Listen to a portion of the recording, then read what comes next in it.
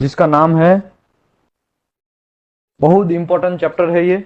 और ये बहुत सारे लोग, जो लोग नए हैं, उसको ये कंफ्यूजन होगा कि ये सब चीज हम मगजमारी कर क्यों रहे हैं। ये हम मगजमारी इसके लिए कर रहे हैं कि हमको डिसकंटिन्यूटी आरटी फिल्म के अंदर देखना है।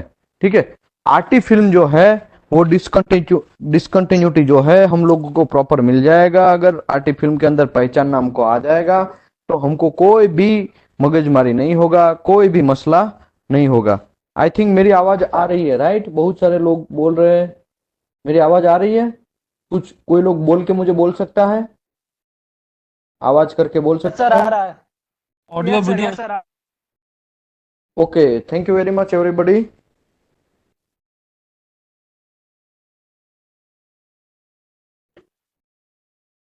अभी स्टार्ट करूं, करते हैं।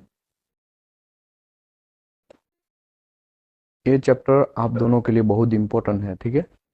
क्योंकि आपको पता नहीं है कौन सा डिसकंटिन्यूटी कैसा होता है, तो इसके लिए ये चैप्टर इंपॉर्टेंट बन जाएगा।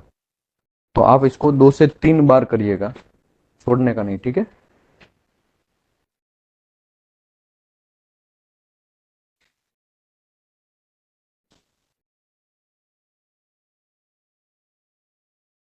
नमस्कार दोस्तों, रेडियोग्राफी टेस्टिंग में लेवल 2 एंड लेवल 3 जो लोग करना चाहते हैं और जिसको लेवल 1 भी करना है, उसके लिए ये चैप्टर बहुत इंपॉर्टेंट बन जाएगा।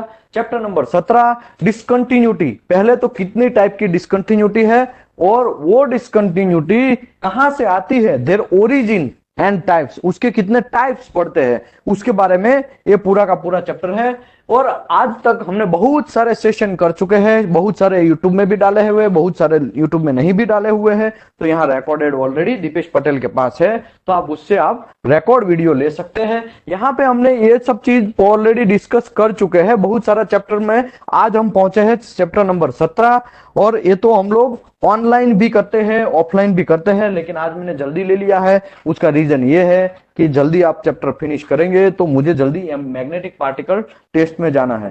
तो chapter number 17, discontinuity, their origin and type. ठीक है, देखो, in this chapter we discuss type of discontinuity that can be evaluated with radiography method. तो रेडियोग्राफी मेथड के अंदर हम लोगों को क्या क्या डिसकंटिन्यूटी आता है और कैसे पहचाना जाता है, उसका हम लोग आज थोड़ा बहुत इस चैप्टर में समझेंगे पूरा में। ठीक है, आगे बढ़ते हैं। Discontinuity can be divided in 3 categories. देखो, डिसकंटिन्यूटी की 3 कैटेगरी है, याद रखो। ये कैटेगरी इनहरेंट, इनहरेंट मतलब जब कोई मटेरियल पैदा होता है, जब मटेरियल बनाया जाता है, जब मटेरियल को मोल्डिंग किया जाता है, जब मटेरियल को कास्टिंग किया जाता है, एकदम लावा लावा जो है, जिसका टेम्परेचर 1200 से 1800 या 2200 जो भी व्हाटएवर है टेम्परेचर हो, उसी टाइम पे जैसा चाहिए वैसा हम प्लेट फॉर्म में डालेंगे या फिर फोर्जिंग फॉर्म में डालेंगे। फोर्जिंग तो नहीं, लेकिन गास्केट के फॉर्म में डालेंगे, जो भी। मतलब मेरा कहने का मतलब यह है, जब बर्थ होता है मटेरियल का, हम लोग तो ऐसा जनरली बोल देते हैं कि हमको वेल्डोलेट चाहिए, सॉकोलेट चाहिए, ट्रेपलेट चाहिए, पाइप चाहिए, लेकिन ये प्लेट एंड पाइप बनता कैसे है, वो सब चीज बनता है। तो उस टाइम पे जो डिसकंटिन्यूटी आता है उसको बोलते हैं इनहरेंट डिसकंटिन्यूटी। प्रोसेस डिसकंटिन्यूटी में ऐसा है मेरे भाई कि जब आप वो मटेरियल बन गया, मटेरियल बनने के बाद, जैसे कि समझो प्लेट बन गया है, प्लेट जब आपने कोई एक डिब्बा या छासा जो भी बोलेंगे उसमें आपने डाल दिया, वो लावा को उसमें डाल दिया, फिर वो ठंडा पड़ गया, ठंडा पड़ने के बाद फिर हमारे कंपनी के अंदर हमने काम करने के लिए वो प्लेट को खरीदा। प्लेट खरीदने के टाइम पे याद रखो, आपको उसके ऊपर कुछ ग्राइंडिंग करना पड़ेगा, बफिंग करना पड़ेगा, बीवेल बनाना पड़ेगा, मशीनिंग करना पड़ेगा। तो उस टाइम पे कुछ डिसकंटिन्यूटी आ जाता है। डिसकंटिन्यूटी मतलब एक टाइप का, ऐसा समझो आप कि हम लोगों को अनवांटेड है, जरूरत नहीं है वैसा चीज मटेरियल में आ जाना, तो उसको बोलते हैं डिसकंटिन्यूटी। ठीक है, और वो डिसकंटिन्यूटी ऐसा भी हो सकता है, भले ही हमको जरूरत नहीं है लेकिन वो कुछ चलता है कुछ नहीं चलता है, ऐसा चीज में। ठीक है, तो उस टाइम पे जो डिसकंटिन्यूटी आता है जो प्रोसेस में, उसको बोलते हैं प्रोसेस डिसकंटिन्यूटी। इसके बाद सर्विस डिसकंटिन्यूटी, जो आपने प्लेट बना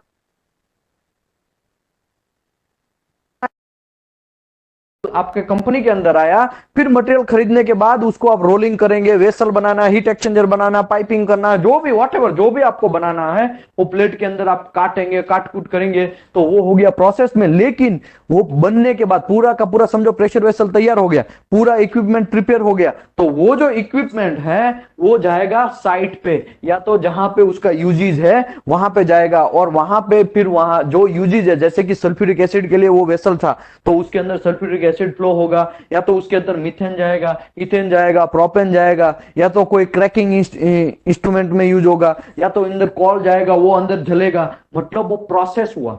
प्रोसेस जब होता है वो पूरा का पूरा मटेरियल बन जाता है, मटेरियल बनाने के बाद वो मटेरियल साइट पे जाता है, साइट पे लग जाता है, लगने के बाद उसके अंदर कुछ भी जो भी फ्लो है वो फ्लो होना स्टार्ट हो जाता है, और फ्लो होने स्टार्ट होने के बाद उसके अंदर कुछ डिसकंटिन्यूटी जनरेट होता है, इरोजन कोरोजन की वजह से, या तो ज्यादातर यूज हुआ 25 साल हो गया, फिर देखो एक ही प्रेशर वेसल है वो 25 साल तक कंटिन्यू चल रहा है, लेकिन फिर कुछ उसका तो लिमिट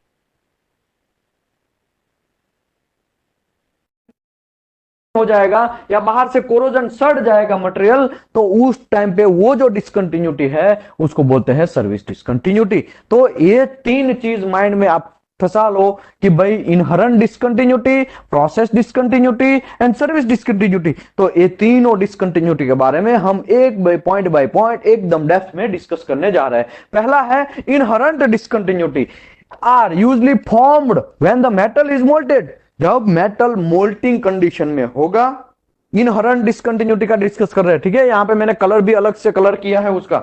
इनहरेंट डिसकंटिन्यूटी ऐसा डिसकंटिन्यूटी जब कोई, देखो रोलिंग इंडस्ट्री में जो लोग गए, कोई रोलिंग इंडस्ट्री में कोई गया है? रोलिंग इंडस्ट्री में क्या होता है, वहां पे बहुत सारा स्क्रैप वगैरह लिया जाता है, बहुत सारा स्क्रैप, फिर वो स्क्रैप जो है उसको रिफाइन किया जाता है, वो स्क्रैप को एक भट्टी के अंदर डाला जाता है, वहां पे बहुत ज्यादा टेम्परेचर होता है, पूरा लावा की तरह जलता है वो, और एक लिक्विड फॉर्म बन जाता है। समझो मैं आपको ये बोलूं कि ये प्लेट है, समझो ये, लेकिन है तो मेटल, ये है, मैं आपके हाथ में दिखा रहा हूं, वो तो है मेटल, वो मेटल है, वो मेटल को पिघला जाएगा।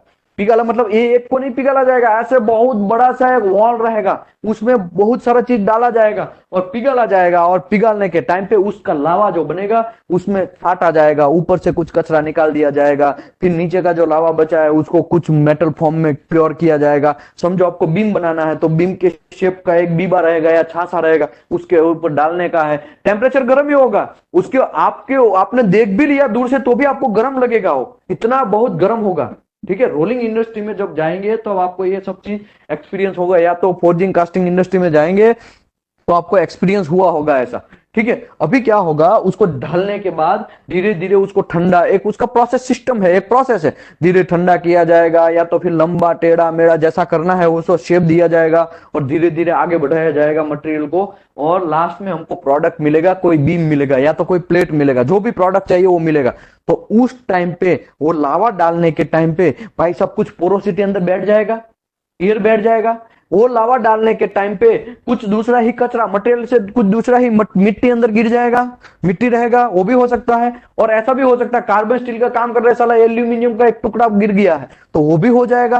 तो वो जो चीज है वो हमारे काम का नहीं है, क्योंकि हमें चाहिए था प्लेट कार्बन स्टील का, और घुस गया उसमें एल्यूमिनियम थोड़ा सा पार्ट, तो वो जो है उसको बोलते हैं डिसकंटिन्यूटी। और वो कौन सा डिसकंटिन्यूटी बोलेंगे? इनहरेंट डिसकंटिन्यूटी बोलेंगे, ठीक है। अभी inherent rod discontinuity relate to the melting and solidification of the origin ingot before it formed into the slab, blooms and billet. अभी देखो ये स्लैब, ब्लूम्स एंड बिलेट्स क्या है। सबसे पहले जब आप रोलिंग इंडस्ट्री में जाएंगे तब उसको, रोलिंग हो या फिर कोई कास्टिंग इंडस्ट्री में हो, या तो आपका कोई मटेरियल जो प्लेट बनाने का मैन्युफैक्चरिंग हो, पाइप बनाने का मैन्युफैक्चरर हो, वहां पे आप जाएंगे तो आपको पहले तो वो slab, billet, blooms and billets में ही मटेरियल मिलेगा। मतलब एक बड़ा सा एक फोर्जिंग के साथ एक स्लेब जैसा तैयार किया जाएगा, उसमें से जो जो चाहिए उसका छोटा छोटा पार्ट हमको काटते जाना है, और काटते काटते फिर हमको अलग अलग पार्ट में उसको डिवाइड करते जाना है, और अपने अपने हिसाब से उसको काम करना है,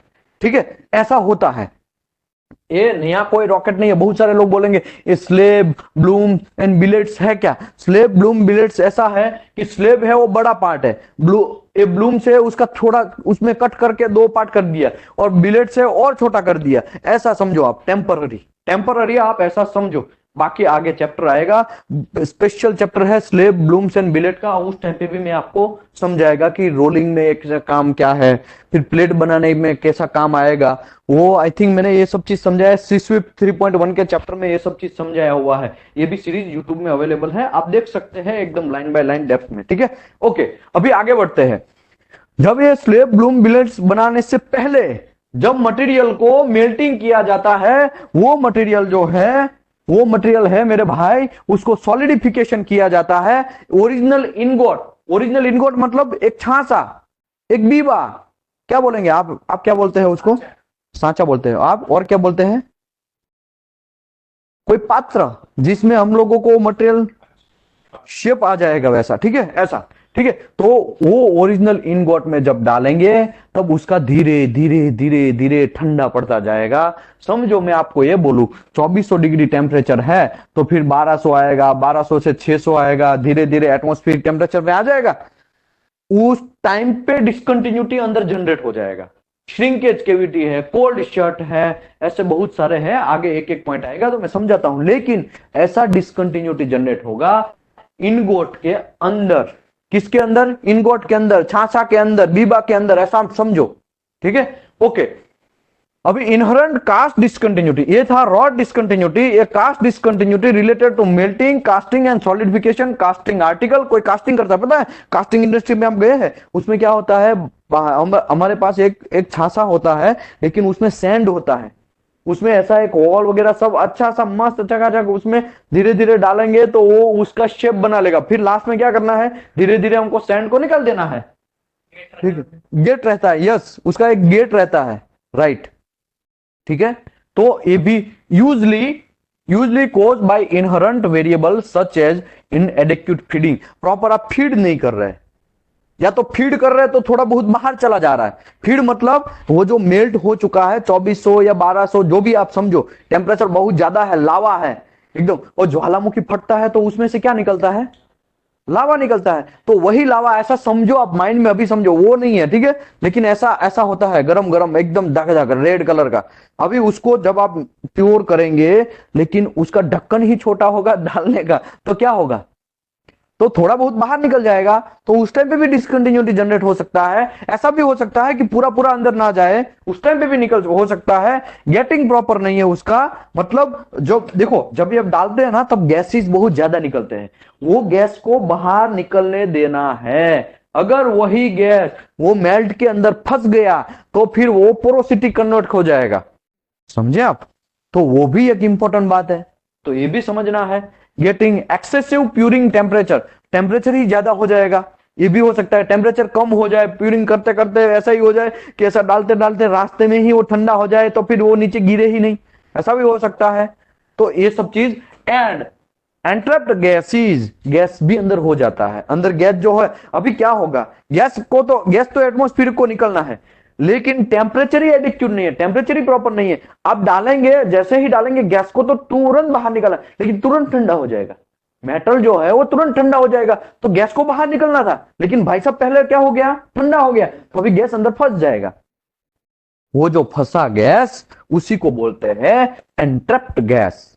या तो ऐसा भी हो सकता है बाहर से गैस अंदर गया है, फिर अंदर घूम के रिटर्न आने का चाह था उसको, लेकिन घूम के भाई साहब रिटर्न आए ही नहीं, अंदर ही बैठ गए, ऐसा भी हो सकता है, तो उसको बोलते हैं एंट्रैप्ड गैस। तो ये सब चीज हो गया हमारा इनहेरेंट डिसकंटिन्यूटी। देखो इतना ही चीज नहीं है, इसको एक पॉइंट में डेप्थ में है, ये खाली यहां पे आपको डेफिनेशन करने के लिए दिया गया, बाकी एक एक पॉइंट हम डिस्कस करेंगे। Processing discontinuity, processing discontinuity are usually related to various manufacturing process such as machining. अभी समझो ये बन गया है, ये हमने इनहेरेंट का काम कर दिया है, मतलब मटेरियल बन गया है।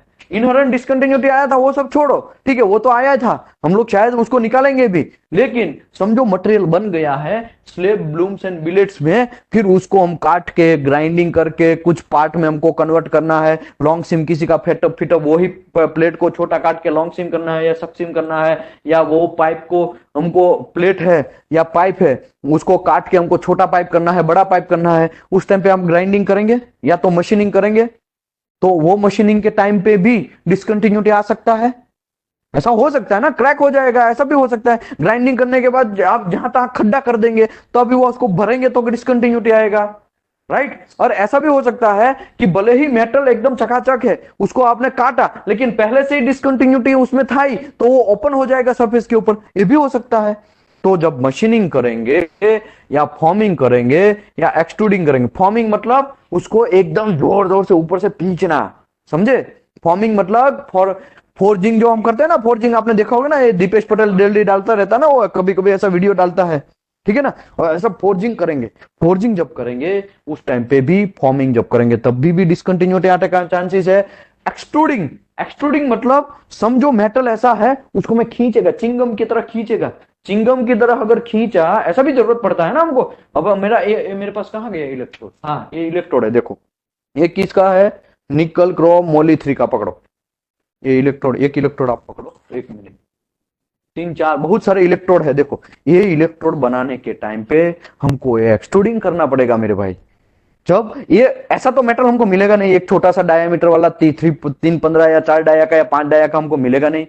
तो हमको क्या करना, ऐसे बहुत सारे मटेरियल होंगे, उसको पहले छोटे छोटे पार्ट में काटना है, फिर उसको एक्सट्रूड करना है, खींच के ऐसा बनाना है, वहां पे ऐसा छोटा छोटा रोलर होंगे, समझे आप। तो उस टाइम पे भी डिसकंटिन्यूटी आने का चांस है। रोलिंग करने के टाइम पे, रोलिंग को तो आपने देखा है, आप गए थे ना कल इंडस्ट्री में, वो रोलर देखा आपने, ऐसा ऐसा पीच के ऐसा बनाता रहता है और राउंड में करता रहता है, शेप देता है, वो रोलर है। और रोलर में भी रोलिंग करने के टाइम पे भी डिसकंटिन्यूटी है। आपको ऐसा लगेगा यार रोलिंग, ये समझो एक्सट्रूडिंग में तो समझ गए, चिंगम जैसा खींचेंगे तो शायद बीच में से टूट जाए, क्रैक आ जाए ऐसा, लेकिन रोलिंग में कैसे आएगा भाई, पोरोसिटी एक छोटा है, अभी उसको रोल करेंगे, रोल करेंगे तो क्या होगा, वो पोरोसिटी के ऊपर वेट आएगा, मतलब ऊपर से बाहर से वजन आएगा, बाहर से ट्रेसिस लगेगा, ओके। रोल प्लेट ऐसा है, उसको आप ऐसे रोल कर रहे हैं ना राउंड में, इनसाइड में, तो अभी क्या होगा, अंदर का जो सरफेस है उसमें कंप्रेशन लोड लगेगा, बाहर का जो सरफेस है आउटसाइड का, समझो ये प्लेट है, ठीक है, इसको हम ऐसे रोल कर रहे हैं ऐसा, तो ये जो है ये सरफेस है उसको कंप्रेशन लोड लगेगा, ये जो सरफेस है उसको टेंशन लोड लगेगा नीचे वाला, तो टेंशन लोड लगेगा, ऐसा भी हो सकता है ना क्रैक हो जाए, चांसेस है ना ऐसा। तो उस टाइम पे भी कोई डिसकंटिन्यूटी आने का चांस है, उसको बोलते हैं प्रोसेस डिसकंटिन्यूटी। वेल्डिंग करने के टाइम पे, तो वेल्डिंग का तो आपको पता है, क्रैक आने का चांस है, star crack, lack of fusion, lack of penetrate, spatter, और बहुत सारे टंगस्टन इंक्लूजन, ठीक है ना, porosity, gas pore, slag inclusion, और कितने बहुत सारे इंक्लूजन, कॉपर इंक्लूजन, बहुत सारे ऐसे वेल्डिंग में भी डिसकंटिन्यूटी है, वो भी आने का चांसेस है। और हीट ट्रीटमेंट करेंगे, heat treating, there are 7 types of heat treatment process, martempering, austempering, normalising, hardening, quenching, PWST post weld heat treatment, और सॉल्यूशन एनिलिन, राइट। इतने तो टोटल मटेरियल साइंस मेटलर्जी आपने किया है ना, शायद आया होगा आपको, आपको तो आया होगा। मटेरियल साइंस मेटलर्जी में आयन कार्बन डायग्राम से पहले हमारा आता है कौन, heat treatment, there are 7 types of heat treatment process. तो ऐसा हीट ट्रीटमेंट करने के टाइम पे भी कुछ डिसकंटिन्यूटी, समझो पोरोसिटी है, वो अंदर बैठा हुआ है भाई साहब, पीडब्ल्यूएसटी किया, हीट ट्रीटमेंट किया, तो वो पोरोसिटी क्या करेगा, हिलेगा, हिलेगा, जहां जहां हिलेगा वहां पे वो क्रैक जनरेट करेगा। या तो ऐसा भी हो सकता है वो पोरोसिटी बड़ा हो जाए, ऐसा भी चांसेस है, बहुत सारे लोगों का एक्सपीरियंस हुआ होगा। तो उसको बोलते हैं हीट ट्रीटमेंट के टाइम पे डिसकंटिन्यूटी आना। और प्लेटिंग, प्लेटिंग जब करेंगे तब भी डिसकंटिन्यूटी आने का चांसेस है। आप बटरिंग करेंगे, सी है, समंदर के अंदर क्या होता है, समंदर के अंदर कार्बन स्टील का हमारा एक टाइटेनिक था, टाइटेनिक में नीचे का प्लेट जो था वो कैसा था, कार्बन स्टील का जो भी है उसी का था, या तो एसएस का होगा, हमें क्या प्रॉब्लम है, लेकिन उसका कोटिंग किया जाता है। जब मैं बीगेस का आपको चैप्टर समझाया था ना, एक मिनट, एक कौन सा है, biggest Swift painting inspector grade 2 book जो है, उसमें ये चैप्टर नंबर 1 जो है उसमें मैंने ये बात ऑलरेडी समझाया हुआ है। देखो ये जो प्लेट है, सॉरी मत, क्या है, कोरोजन, कोरोजन जब होगा तो कोरोजन से बचाने के लिए हम लोग क्या करते हैं, जिंक का जो है हम लोग की एक बटरिंग जैसा करते हैं, मतलब इसको एक कोटिंग सा सिस्टम लगाते हैं। तो हम लोग आपने देखा होगा कि कभी कभी है ना, वैसा किया जाता है, एसएस का ऊपर कार्बन स्टील है, लेकिन एसएस की प्लेट का वो आपको किया जाता है, उसके ऊपर एक कोटिंग किया जाता है। कोई बोल सकता है उसको क्या बोलते हैं, कोटिंग किया जाता है उसको बोल सकते हैं? नहीं। जब कार्बन स्टील का प्लेट के ऊपर एसएस का हम लोग कुछ कर रहे हैं, एसएस का एक पड़ चढ़ा रहे हैं, उसको क्या बोला जाता है? किसी को आइडिया है? चैट बॉक्स में डालिए प्लीज। ऑफलाइन वाले तो ठीक है, मेरे सामने है, मैं उसको दिखा सकता हूं, लेकिन ऑनलाइन वाले को थोड़ा समझना पड़ेगा। मैं एक कोटिंग और भी दिखाता हूं, देखो। ये ये कौन सा मटेरियल है? 516 ग्रेड 70 है, ठीक है। लेपिंग, किसी ने लिखा है लेपिंग, गैल्वेनाइजिंग, यस ये भी हो सकता है, यस गैल्वेनाइजिंग भी करते हैं। देखो ये कार्बन स्टील का प्लेट है, इसके ऊपर ये क्या है? 309 का एक कोटिंग चढ़ाया हुआ है। सीएस के ऊपर 516 ग्रेड 70 का प्लेट, इसके ऊपर ये कोटिंग है। ये देखो ये कितना रस्टिंग दिख रहा है, ये कितना मस्त चमक रहा है। इसका रीजन क्या है? कोटिंग किया है उसके ऊपर, गैल्वेनाइजिंग किया है उसके ऊपर, ठीक है। कोटिंग मतलब पेंटिंग, कोटिंग का पास वो फिर डिफरेंट एक मेथड है, ठीक है। ओके, आगे बढ़ते हैं। उस टाइम पे भी कुछ डिसकंटिन्यूटी आने का चांसेस है। आगे बढ़ते हैं। Service discontinuity are related to the various service condition such as stress, corrosion, fatigue and erosion. अभी मुझे ये बोलो, जब ये प्रेशर वेसल आपने बना तो दिया, या तो पाइपिंग सिस्टम आपने बना तो दिया, फिर वो साइड पे जाएगा, साइड पे वो लगेगा, लगने के बाद उसके अंदर जो भी मैन्युफैक्चरर था, सॉरी एंड यूजर था, उसको कुछ उसमें डालना है। सल्फ्यूरिक एसिड प्लांट है तो आपने वो प्रेशर वेसल को सल्फ्यूरिक एसिड प्लांट में डाल दिया, फिर उसके अंदर फ्लो होना, बहना स्टार्ट हो गया, लेकिन वो धीरे धीरे घिसना स्टार्ट होगा, होगा ना, घिसना स्टार्ट, वो इरोजन होगा। इरोजन धीरे धीरे इरोजन होगा ना। एक ही जगह पे आप पानी फेंकते ही रहते हैं, डेली फेंकते ही रहते हैं, डेली फेंकते ही रहते हैं, तो फिर वहां लील सा महसूस हो जाएगा, समझे आप? तो उसको बोलते हैं इरोजन, इरोजन होना स्टार्ट हो जाना। और उसके बाद क्या लिखा है? ट्रेसिस। अभी कभी कभी क्या होता है, समझो मेरा प्रेशर वेसल का जो 10 बार का एक वेसल था, 10 बार का या पीएसआई का हमारा प्रेशर वेसल था, इनसाइड का प्रेशर, लेकिन भाई साहब कभी कभी 10, 12, 18 भी कोई लगा देता है ना, तो हमारा जो सतह है, हमारा जो थिकनेस का प्लेट है, उसके ऊपर ट्रेस प्रोड्यूस होंगे। ऐसा भी हो सकता है कि दो साइड से कोई मटेरियल को खींचा जाता है, हैमरिंग इफेक्ट की वजह से स्ट्रेस प्रोड्यूस होता है, उस टाइम पे भी क्रैक आने का चांस है और ये फटने का चांस है। तो वो डिसकंटिन्यूटी, कोरोजन तो आपको पता ही है, यहां पे दिख ही रहा है आपको क्लियरली, ठीक है। तो कोरोजन है, उसी की वजह से भी प्लेट धीरे धीरे रस्टिंग होना सडन स्टार्ट हो जाएगा। उसके बाद फटिग जो है, फटिग धीरे धीरे लोड लगता है बंद हो जाता है, लोड लगता है बंद हो जाता है। कभी कभी आपने देखा होगा कि हमारे घर के अंदर कुछ नलके ऐसे होते हैं, स्टार्ट करेंगे ना तो थोड़ा हिलेंगे पहले, और आवाज भी शायद करेंगे, हैं? ऐसा होता है ना, तो वो हैमरिंग इफेक्ट है, तो वो भी प्रॉब्लमेटिक है। इरोजन होने का तो ये मैं समझा दिया, इरोजन। तो इस टाइम पे वो डिसकंटिन्यूटी आने का चांस है। तो ये तीनों का तीनों हम लोग पूरा का पूरा, किसी ने लिखा है देखो, जयन जी ने लिखा है, जीजो जयन जी ने, कि saying about weld overlay, yes weld overlay, yes yes you are right, बोल सकते हैं, ठीक है। तो ऐसे बहुत सारी डिसकंटिन्यूटी है, आप लोगों को हेल्प करेगा जो समझने के लिए। तो मैं आज उसी को समझाने जा रहा हूं। सर्विस डिसकंटिन्यूटी में हमने समझा दिया, during the manufacturing process many discontinuity there were subsurface will be made open to the surface by machining and grinding. Manufacturing time में भी बहुत सारी ऐसी डिसकंटिन्यूटी होंगे, भले ही हमने प्लेट खरीद लिया, उसमें कुछ था नहीं, लेकिन जब ग्राइंडिंग, मशीनिंग, बफिंग वो सब चीज करेंगे तो शायद वहां प्लेट होगा, क्रैक होगा, तो वो क्रैक सरफेस के ऊपर ओपन होगा, तो ऐसा भी होने का चांस है। तो वो भी डिसकंटिन्यूटी है, उसको भी प्रोसेस डिसकंटिन्यूटी में कैलकुलेट करना है आपको। और remember that discontinuity are not necessary defect.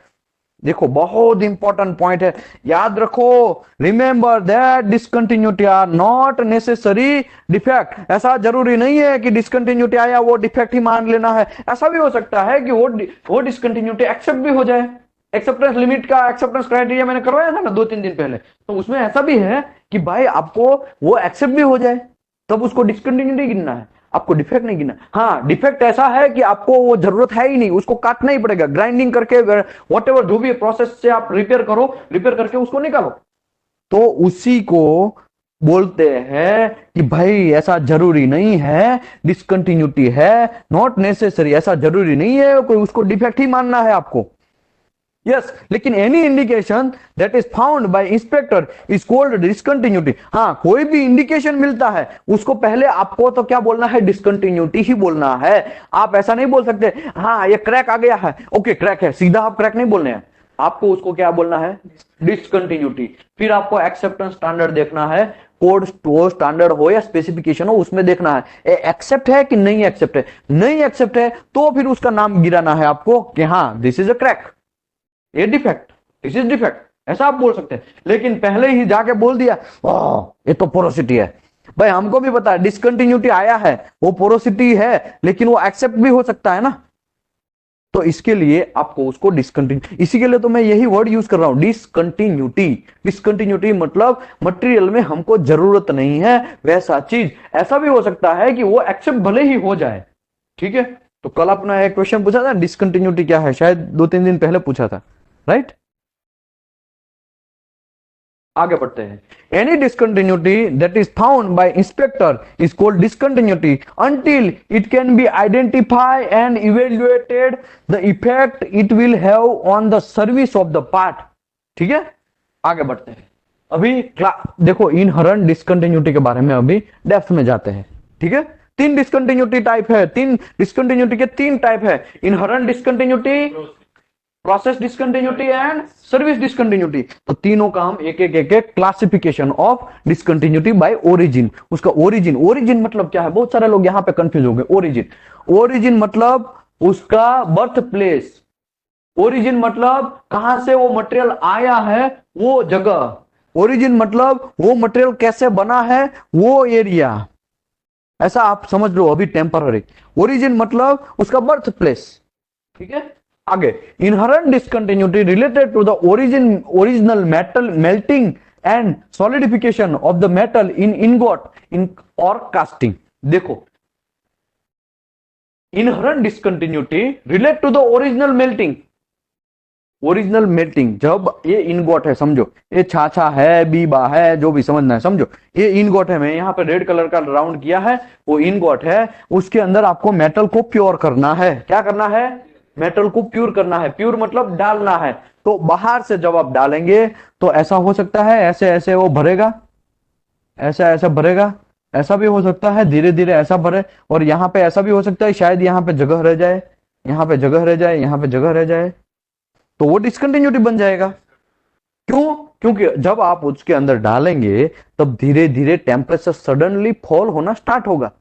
तो आपको अगर धीरे धीरे डाले तो भी प्रॉब्लम, जल्दी डाले तो भी प्रॉब्लम। इसके लिए यहाँ पे एक चीज फिक्स किया जाता है, उसका रेट, कि कैसे डालना है उसको, कितने स्पीड से डालना है उसको, कितना उसमें जाना चाहिए, कितना डेंसिटी वाला जाना चाहिए उसको, ये सब चीज का भी रूल्स एंड रेगुलेशन होता है। देखिए खाली बोले हमें क्या लेना देना, हमें तो देख लेना है डिसकंटिन्यूटी है कि नहीं है, ठीक है।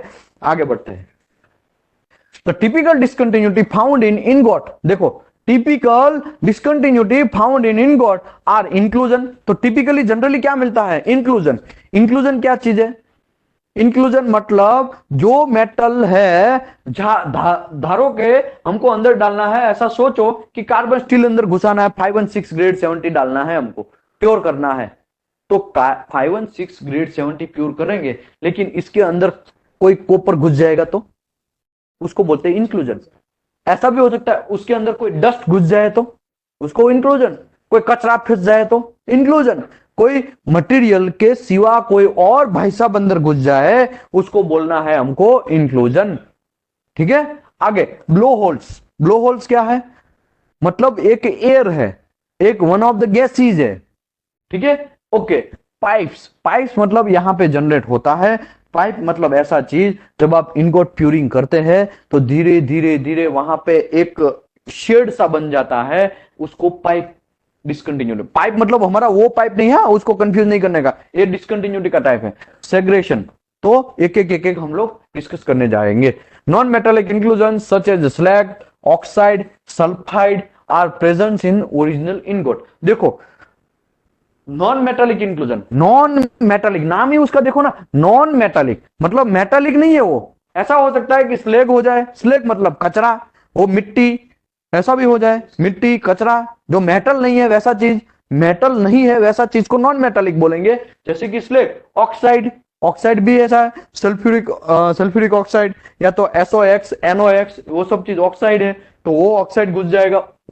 वो सल्फाइड, देखो सल्फाइड है ना, बहुत कचरा चीज है सल्फाइड और फॉस्फोरस, ये दोनों चीज से हम लोग जब एमटीसी चेक करते हैं ना, तब हम लोगों को बहुत ध्यान रखना पड़ता है कि सल्फाइड जो सल्फर है ना, वो ज्यादा तो नहीं चला गया है ना, कुछ लिमिट से। एएसएमई कोड से, एएसएमई सेक्शन 2 ये में जो दिया गया है हमारा फेरस वाला, तो वो 516 ग्रेड 70 बात करूं मैं, तो उसमें सल्फाइड सल्फर का एक लिमिट है, 0.030 ऐसा कुछ लिमिट है, तो वो लिमिट से ज्यादा बढ़ जाएगा तो नहीं चलेगा। इसके लिए ये तो मेरा पीछा ही नहीं छोड़ रहा है, जितनी कंपनी में जाएगा ना, पहला मेरा काम यही है, एमटीसी मुझे दिखाएगा तो मैं पहले सल्फर वन फास्फोरस चेक करेगा, सबसे पहला वही काम करेगा, क्योंकि बहुत कचरा चीज है साला, कितना भी हम कंट्रोल करो लेकिन वो मटेरियल के अंदर साला घुस ही जाता है।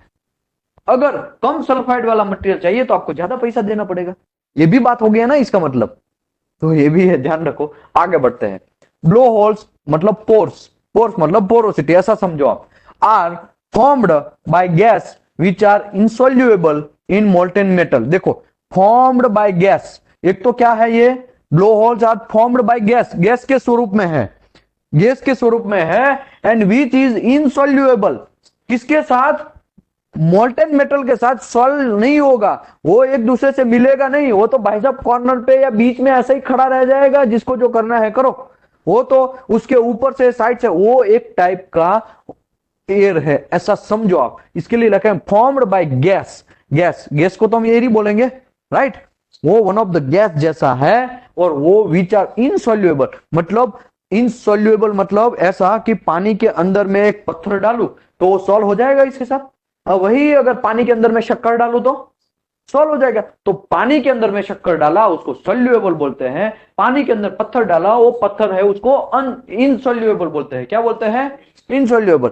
तो वैसा मटेरियल के अंदर, मटेरियल का जब हम प्योर करते हैं तब ये भाई साहब गैस जो है वो मटेरियल के साथ मिलेगा नहीं, अलग ही रहेगा, कॉर्नर पे बैठेगा, बीच में बैठेगा, किधर भी उसका मन चाहे वहां बैठेगा, तो उसी की वजह से मोल्टेन मेटल के साथ इनसोल्यूबल रहेगा, and trapped when the metal is solidification, and trapped मतलब अंदर बैठा रहेगा, कहां पे, जब मटेरियल सॉलिडिफाई होगा, मटेरियल धीरे धीरे धीरे धीरे, वो पहले तो क्या था, लिक्विड फॉर्म में था ना मटेरियल, हमने ऊपर से डाला तो लिक्विड फॉर्म में था, अभी धीरे धीरे धीरे धीरे क्या होगा, वो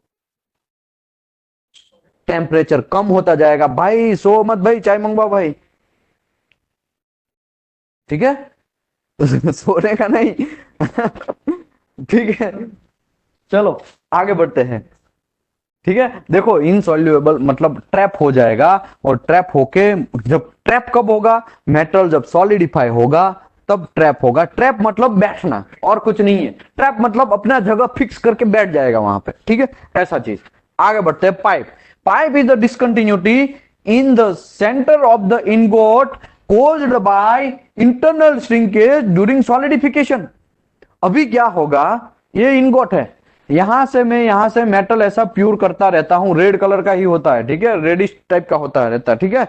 अभी यहां पे मैं यहां पे गिराया तो सबसे पहले नीचे के सतह में एकदम मस्त बैठेगा, ऐसे ऐसे मस्त बराबर बैठेगा, लेकिन क्या होगा फिर धीरे धीरे है ना, टेम्परेचर कम होने के चक्कर में फिर धीरे धीरे ऐसे ऐसे होता जाएगा। फिर यहां पे देखो, यहां पे जब डालेंगे तब टेम्परेचर ज्यादा होगा, जब ऊपर से डालेंगे तो यहां का टेम्परेचर ज्यादा होगा, जैसे ही अंदर गिरेगा, वो अंदर गिरेगा तो धीरे धीरे टेम्परेचर कम हो जाएगा। तो एक टाइम ऐसा आएगा कि यहाँ पे टेम्परेचर ज्यादा ही रहेगा, यहाँ पे टेम्परेचर बहुत ज्यादा रहेगा, इसी की वजह से यहाँ पे एक एक सा एक क्या उसका एक जगह बना लेगा, एक क्या बोलते हैं उसको, एक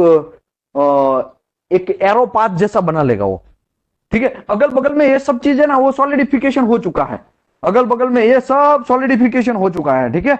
लेकिन क्या होगा, ये एरिया है वहां पे अभी टेम्परेचर गर्म होगा, उसी की वजह से धीरे धीरे फिर श्रिंकेज होगा। देखो ये पूरा भर गया है, समझो ये पूरा भर गया है, तो पूरा भरने के बाद क्या होगा, धीरे धीरे यहां से श्रिंकेज, तो ये जो सरफेस है ना वो इसको ऐसे खींचेगा, ये सरफेस है ना मेटल को ऐसे खींचेगा, ऐसा एकदम बराबर सॉलिडिफिकेशन होगा, फिर बीच में एक जगह सा महसूस करवाएगा, और वो जो जगह है वो ऐसा बन जाएगा, तो उसको बोलते हैं पाइप्स।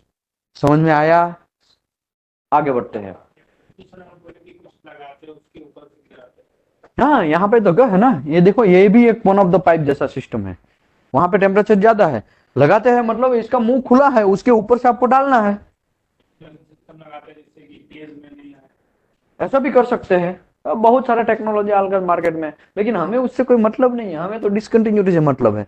हम लोग तो ये भी इसमें भी नहीं जाने वाले। हम लोगों को तो वेल्डिंग से ज्यादा इंपॉर्टेंट है ना। हम लोग डिपार्टमेंट हमारा मेटलर्जी का है, तो इसके लिए ये सब चीज थोड़ा बहुत सब सुनना पड़ता है, समझना पड़ता है। क्यों? क्योंकि ये मटेरियल समझो ऐसा आया और इसका एनडीटी ओके हो गया शायद, और एक्सेप्टेंस लिमिट था इसके लिए एक्सेप्ट हो गया। समझो यहाँ पे कोई पिन होल पोरोसिटी यहाँ पे ऐसा है, वो एक्सेप्ट हो गया क्योंकि उसका एक्सेप्टेंस क्राइटेरिया के अंदर आ गया। लेकिन ये मटेरियल हमारे पास आया, फिर इतना एरिया हमको यहाँ पे ऐसा काटना पड़ा, तो ये पोरोसिटी हमको दिखेगा ना, है? दिखेगा ना। तो उसी की वजह से कुछ ऐसा मटेरियल है कि वो हमको जब ड्यूरिंग प्रोसेस, कौन सा प्रोसेस, फेब्रिकेशन प्रोसेस, मशीनिंग है या फिर फोर्जिंग है, वो सब चीज प्रोसेस के टाइम पे वो डिसकंटिन्यूटी ओपन होगा। इसके लिए ये हमको समझना है कि यहाँ पे क्या हुआ होगा। और अभी कुछ लोग बोलते हैं ना, अरे सर मेरे पास प्लेट आया लेकिन उसमें तो बहुत सारा क्रैक दिख रहा है। मेरे पास प्लेट आया सर, लेकिन मैंने ऊपर से मैं ग्राइंडिंग कर रहा हूं ना, तो मैं फिर पीटी कर रहा हूं ना, तो बहुत सारा पोरोसिटी पोरोसिटी आ रहा है। ऐसा भी होने का चांस है ना। तो वो कहां पे लोचा लापसी हुआ होगा? यहाँ पे इनगोट में लोचा लापसी हुआ होगा, समझे आप। नया कोई रॉकेट नहीं है मेरे भाई। आगे बढ़ते हैं। Segregation. Segregation occur when the distribution of the various element, जब ये अंदर हम डालेंगे मटेरियल को, प्योर करेंगे, तब धीरे धीरे अपना डिस्ट्रीब्यूशन सब लोग करेंगे, धीरे धीरे एरिया के हिसाब से डिस्ट्रीब्यूशन होता जाएगा और सेग्रेशन नाम का डिसकंटिन्यूटी आएगा। And various element is not uniformly through the ingot.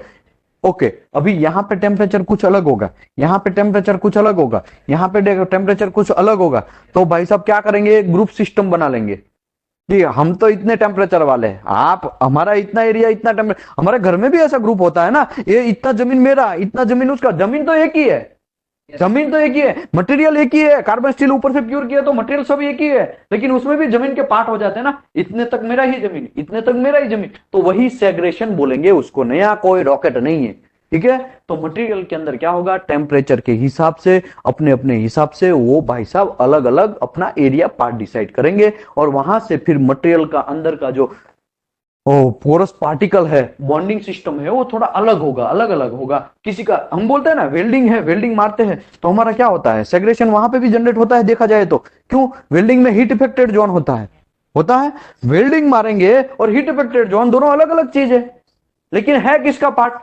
वो बेस मेटल एंड वेल्डिंग का ही पार्ट है, और है तो दोनों कार्बन स्टील ही है, लेकिन फिर भी वहां पे भी सेग्रेशन। ये तो जस्ट एग्जांपल दे रहा हूं, ठीक है, नया कोई रॉकेट नहीं है, आप इतना समझ लो। आगे खली बली आगे बढ़ते हैं।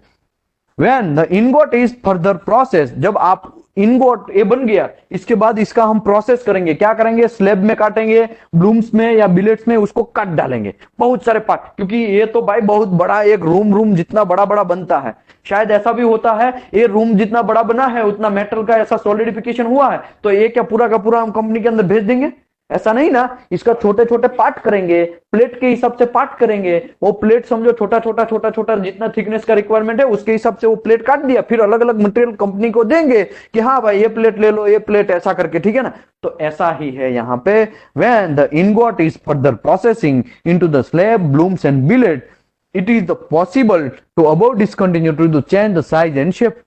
जब हम उसको काटेंगे तो ऐसा हो सकता है कि समझो यहाँ पे मैं आपको ये बोलूं, मैं यहाँ पे एक बोलूं, यहाँ पे ऐसा एक डिसकंटिन्यूटी आया, या तो कोई ऐसा डिसकंटिन्यूटी आया, ठीक है। यहाँ पे अभी इसका 25 mm लेंथ है, कितना है, 25 mm है, 25 mm है, ठीक है। अभी 25 mm लेंथ है, लेकिन मैं इसको बिलेट में इसके ऐसा काट देगा तो इतने एरिया में ये तो क्या अभी अभी इतना ये अलग हो गया, ये पार्ट यहाँ पे ऐसा हो गया, ठीक है। तो ये पार्ट समझो यहाँ पे मैं ड्रॉ करके दिखा रहा हूं, तो यहाँ पे ये डिसकंटिन्यूटी हो शायद इतना ही हो जाए, तो शेप एंड साइज चेंज हो गया ना उसका।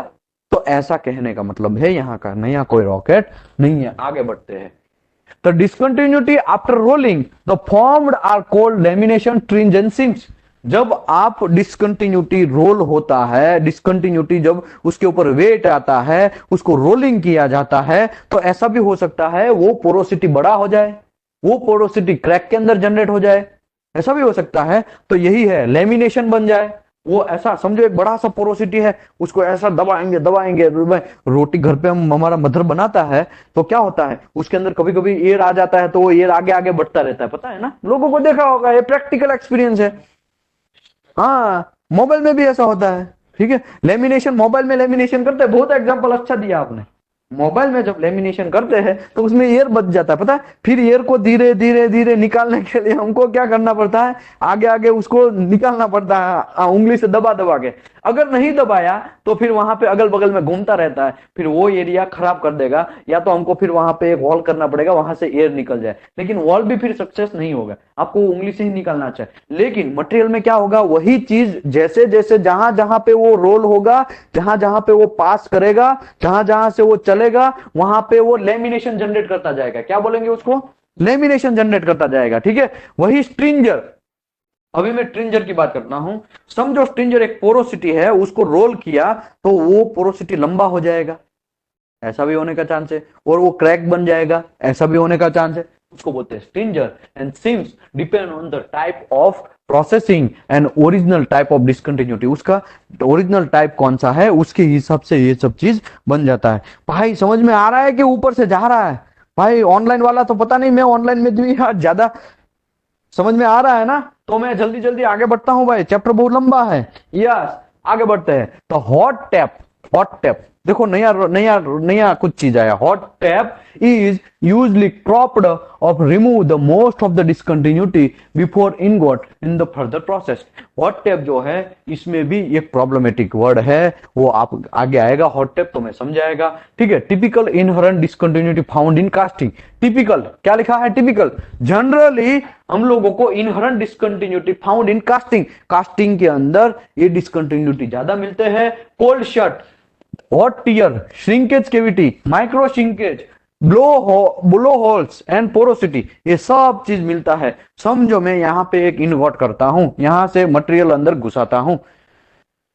अभी क्या होगा, समझो यहां पे, तो यहां पे टेम्परेचर बहुत ज्यादा होगा। अगर आप एग्जांपल के तौर पे मेजर करो, यहां से 2400 डिग्री टेम्परेचर है। ठीक है, तो यहां पे आते आते शायद 2000 हो जाए, यहां पे आते आते शायद 1500 हो जाए, यहां से आते आते शायद 800 हो जाए, होने का चांस है ना भाई, क्योंकि ये तो सडन फॉल हो रहा है टेम्परेचर, ऐसा नहीं है ये तो बहुत, आप आंख पग पलक झपकते एक फट से वो नीचे धीरे धीरे गिर जाएगा, समझिए आप। ओके, अभी यहां पे हमने गिरा, यहां पे बराबर चला भाई साहब, बराबर चला बराबर चला। लेकिन जैसे ही टेम्परेचर कम होगा, उसका क्या होगा, सॉलिडिफिकेशन होना स्टार्ट हो जाएगा। तो कभी कभी ऐसा होता है कि यहां से ऐसे नीचे जैसे ही गिरा, ऐसा ही हो सकता है कि ये एरिया बच गया, देखो ये एरिया में कुछ भी मेटल नहीं है, मैं राउंड किया ना वो, तो ऐसा भी हो सकता है। और धीरे से ऐसा गिर के ऐसा वहां पे ही सूख जाए, वहां पे ही सॉलिडिफिकेशन हो जाए, तो ये एरिया में जाएगा ही नहीं। तो ये एरिया को बोलते हैं कोल्ड शट। क्या बोलते हैं, कोल्ड शट। सिंपल दूसरा लैंग्वेज में मैं बोलूं तो यहां से ऐसा गिरा, शायद उसके छींटे यहां पे ऐसे ऐसे उड़े, तो छींटे यहां पे चिपक जाएगा, फिर वो छींटे चिपक गए, वो तो सॉलिडिफिकेशन हो गया, क्योंकि उसका टेम्परेचर बहुत लो हो गया था, सॉलिडिफिकेशन हो गए, उसी की वजह से यहां पे छींटा भी चिपक गया, और वो छींटा जो है उसको बोलेंगे डिसकंटिन्यूटी। ठीक है, आगे बढ़ते हैं। इसको बोलते हैं हॉट टीयर, वो जो छींटा उड़ा ना उसको hot tier.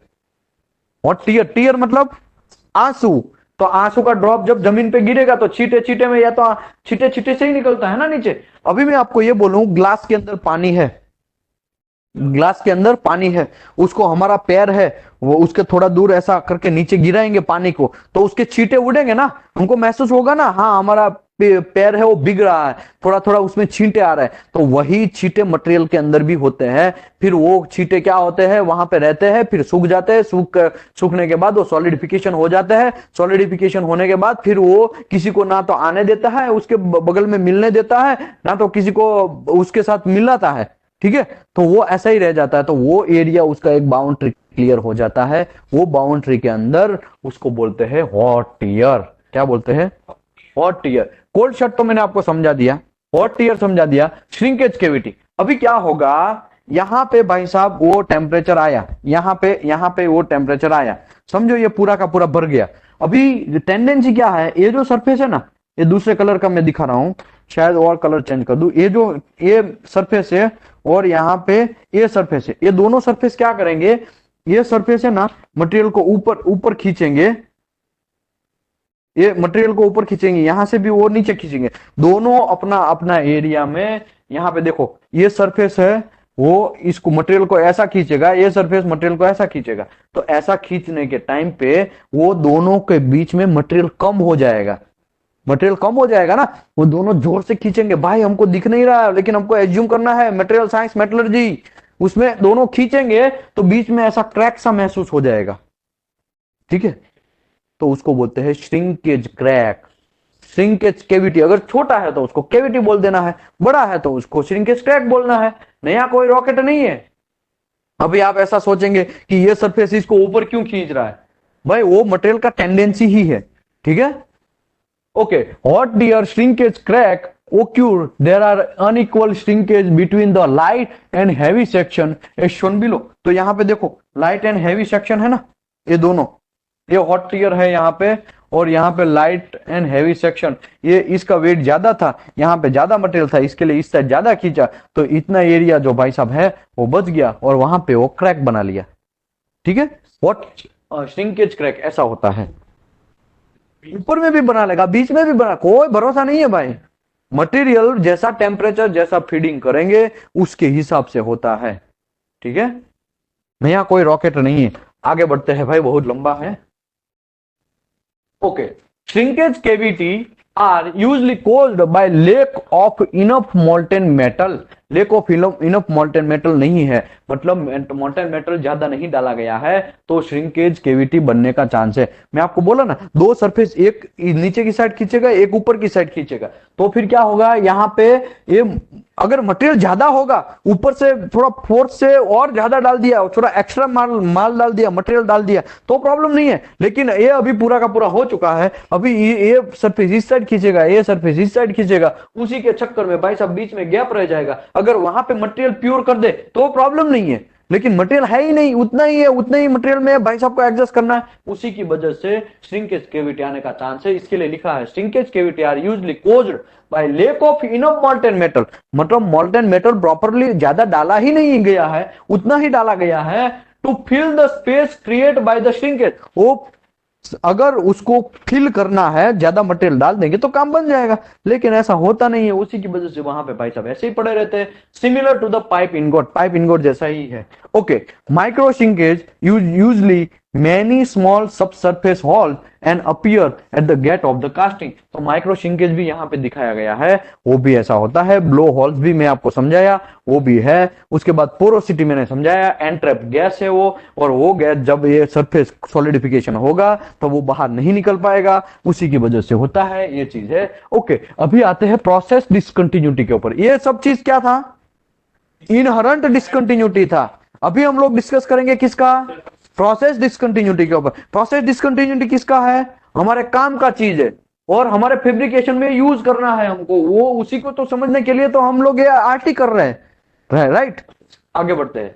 Process discontinuity are those found और produce by the forming of और fabrication operation including rolling, forging, welding, machining, grinding and heat treatmenting. ये सब चीज जो भी है वो फैब्रिकेशन या आपका ऑपरेशन में, ऑपरेशन इंक्लूडिंग ये कौन कौन से ऑपरेशन हम लोग करेंगे, या तो आप करेंगे रोलिंग करेंगे प्लेट का, या तो प्लेट का फोर्जिंग करेंगे, या तो मटेरियल का फोर्जिंग करेंगे, या तो मटेरियल का वेल्डिंग करेंगे, या तो मशीनिंग करेंगे, ग्राइंडिंग करेंगे, हीट ट्रीटमेंटिंग करेंगे। तो इसकी वजह से मटेरियल के अंदर कुछ डिसकंटिन्यूटी प्रोड्यूस होता है, उसको बोलते हैं प्रोसेस डिसकंटिन्यूटी।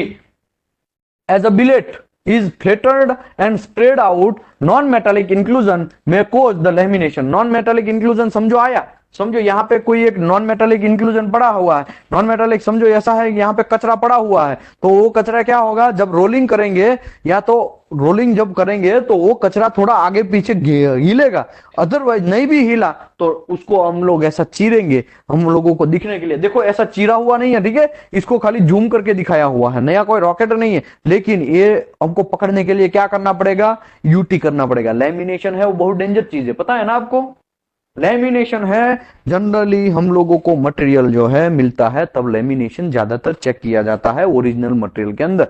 सबसे ज्यादा डिसकंटिन्यूटी इसी का आने का चांसेस है, लेमिनेशन का।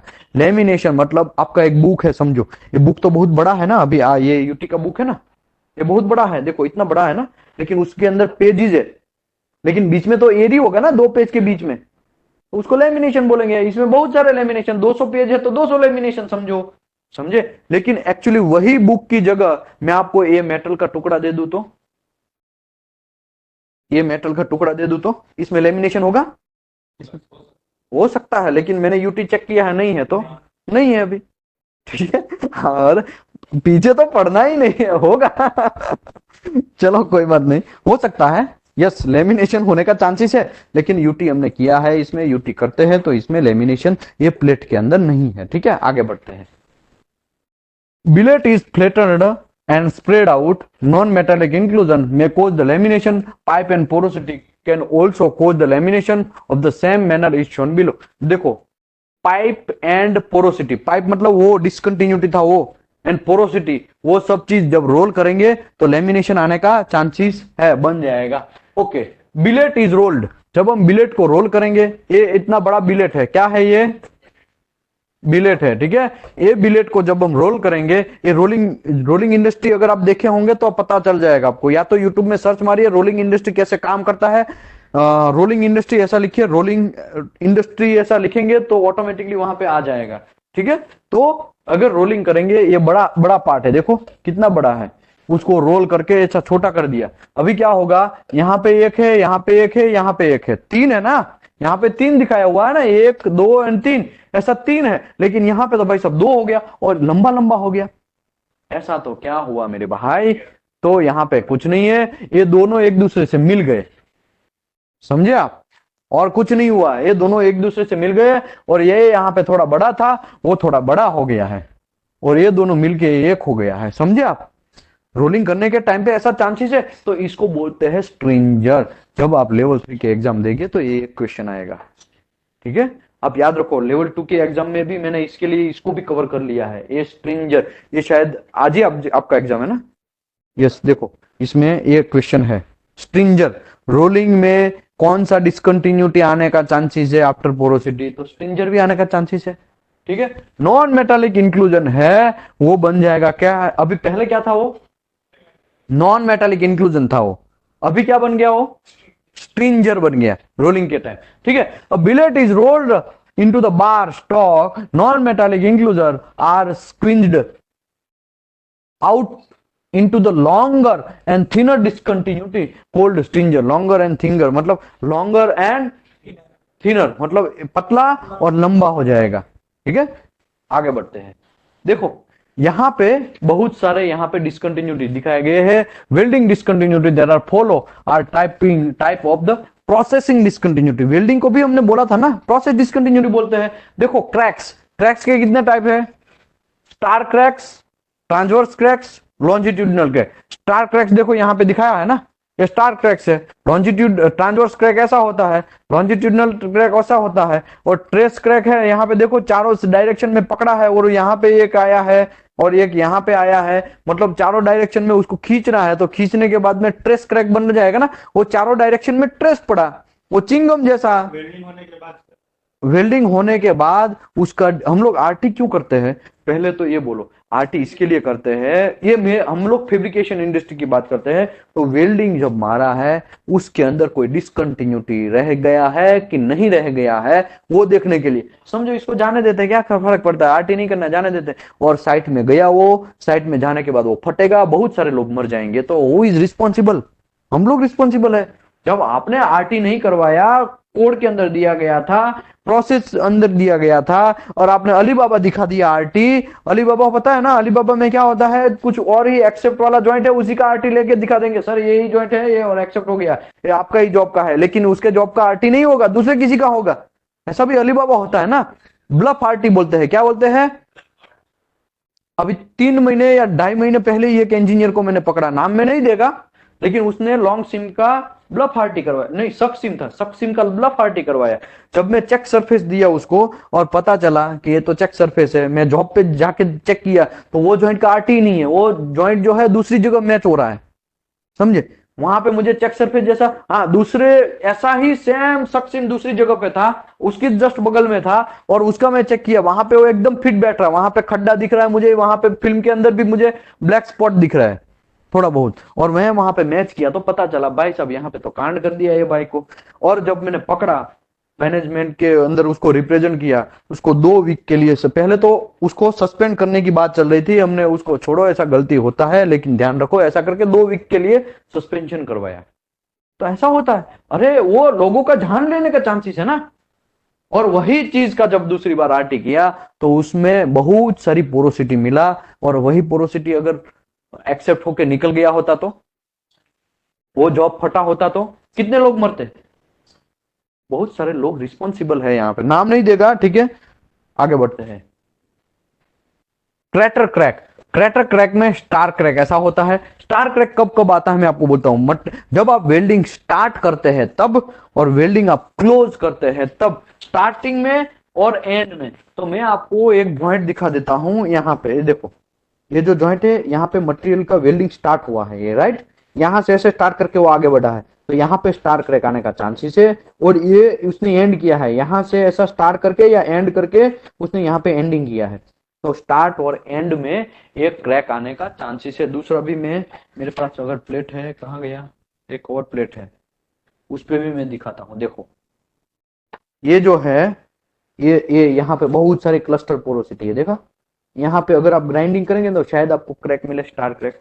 ये क्यों, क्योंकि ये वेल्डिंग का एंड हुआ है। जब वेल्डिंग स्टार्ट करेंगे, वेल्डिंग एंड करेंगे, तब आपको ये क्रैक होने का चांसेस है। ओके, आगे बढ़ते हैं। ट्रांसवर्स क्रैक, ऐसा भी क्रैक आने का चांसेस है, ठीक है। लॉन्जिट्यूडनल क्रैक, ऐसा भी क्रैक आने का चांसेस है। ट्रेस क्रैक, ऐसा ट्रेस मतलब जब आप वेल्डिंग को बराबर खींचेंगे तो शायद वेल्डिंग के अंदर क्रैक आ जाए। पोरोसिटी, ये पोरोसिटी ऐसा डॉट डॉट डॉट डॉट दिखाया है ना, वो पोरोसिटी है। तो यहां पे भी मैंने पोरोसिटी दिखाया है ना, ये क्या है मुझे ये बोलो, ये क्या है, पोरोसिटी है। ये क्या है, क्लस्टर पोरोसिटी है। ये यहाँ पे दिख रहा है, ये पोरोसिटी है। तो यहाँ पे मैं प्रैक्टिकली आपको दिखा रहा हूं, आपको इतना बात समझना है, पोरोसिटी जो है ऐसा dot dot dot dot dot dot type में होता है, ठीक है। ऐसा लाइन वाइज में नहीं होता है, डॉट डॉट टाइप में ऐसा होता है। Okay, slag inclusion, slag inclusion है, मैं आपको एक बार स्लेग,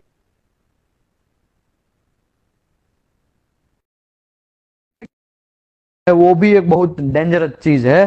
स्लेग इंक्लूजन आपको आरटी फिल्म में कैसा दिखेगा, पोरोसिटी पहले तो कैसा दिखेगा आपको आरटी फिल्म में, एकदम ब्लैक स्पॉट। और स्लेग इंक्लूजन है वो कैसा दिखेगा, हल्का ब्लैक होगा, ब्लैक ही होगा, लेकिन हल्का सा व्हाइट साइड जाएगा वो, मतलब एकदम ब्लैक नहीं होगा। पोरोसिटी तो एकदम ब्लैक है, क्यों, क्योंकि उसका कोई डेंसिटी नहीं है। स्लेग में नॉन मेटालिक इंक्लूजन जैसा हो गया, वो स्लेग जो है उसमें कुछ कचरा भरा होगा, तो कुछ कचरे का जो है वो उसका डेंसिटी थोड़ा तो होगा, तो वो बन जाएगा स्लैग। और वो जो स्लैग है वो आरटी फिल्म के अंदर कैसा दिखेगा, मैं आपको परसों समझाया, हल्का सा, हल्का ब्लैक दिखेगा, एकदम ब्लैक नहीं दिखेगा। टंगस्टन इंक्लूजन कैसा दिखेगा, एकदम व्हाइट दिखेगा। क्यों, क्योंकि वहां पे फुल डेंसिटी है, एकदम डेंसिटी हाई है उसका, इसी की वजह से। तो ये सब चीज कंपेयर तभी आप करोगे कि आपको पता चले पोरोसिटी है क्या, तभी तो आप बोलेंगे। ओके, स्लेग इंक्लूजन क्या है वो आपको पता होना चाहिए। इसके बाद टंगस्टन इंक्लूजन, टंगस्टन इंक्लूजन है वो मैं आपको दिखाया था ना उस दिन, टंगस्टन जो है वो आगे ऐसा वेल्डिंग मारते रहते हैं, तो टंगस्टन का डिग्री कितना टेम्परेचर है, टंगस्टन इंक्लूजन का मेल्टिंग टेम्परेचर 330 3300 ऐसा कुछ है, समझो 3300 अप्रोक्सीमेट ऐसा है टंगस्टन इंक्लूजन का मेल्टिंग टेम्परेचर। लेकिन कोई चैट बॉक्स में बोल सकता है टंगस्टन इंक्लूजन का मेल्टिंग टेम्परेचर क्या है, टंगस्टन इंक्लूजन का, ये मैंने समझाया हुआ है, हा? जब GTAW का प्रोसेस समझाया उसमें कंप्लीटली टंगस्टन इंक्लूजन का पूरा लाइन बाय लाइन समझाया हुआ है कि उसका टेम्परेचर मेल्टिंग कितना है।